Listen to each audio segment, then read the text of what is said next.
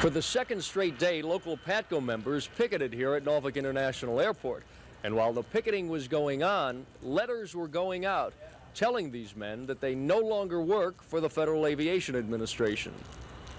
The controllers will start receiving the letters in the mail Friday, although the strikers appear confident planes taxi and take off seemingly with few problems.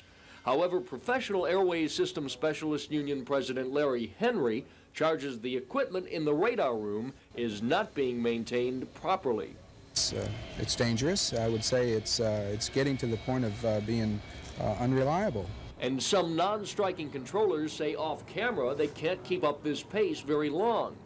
Norfolk FAA Chief Bill Commander says Henry is wrong about the equipment. However, he admits controllers can't sustain the current pace inevitably. There's no doubt about it. If they had to work this schedule we're in right now for 6 months or a year, it would be really, you'd be pretty tired at the end of that period. But Commander still insists passengers have nothing to fear and the air system is as safe as ever. And I plan to do some flying myself in the next day or so, and if I didn't have confidence in the system, I certainly wouldn't be out there. In Norfolk, Mike Deason, The Daily News. Great. That's all I need. The fact that he was jailed was no surprise to Norfolk PATCO President Steve Wallert. The morning the strike began, Wallert said he expected to be arrested. Do you expect to go to jail? Yes. What about the rest of the guys behind you? How do you assess the whole jail situation?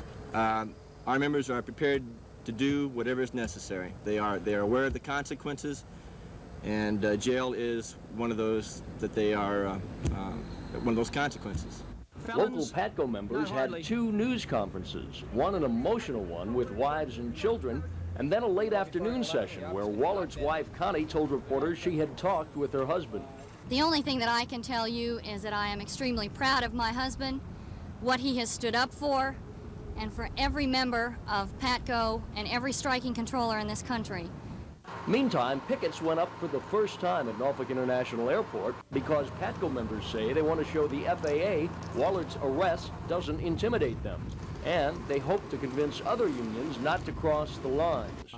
Former local president Bob Cameron says he thinks Wallert was the first to be jailed because Norfolk has one of the strongest controllers locals in the country. And it would seem to be perfectly reasonable to assume that if you could break the will of PATCO in Norfolk, theoretically you could break the will of an awful lot of PATCO locals. I think they're finding out that is not at all true.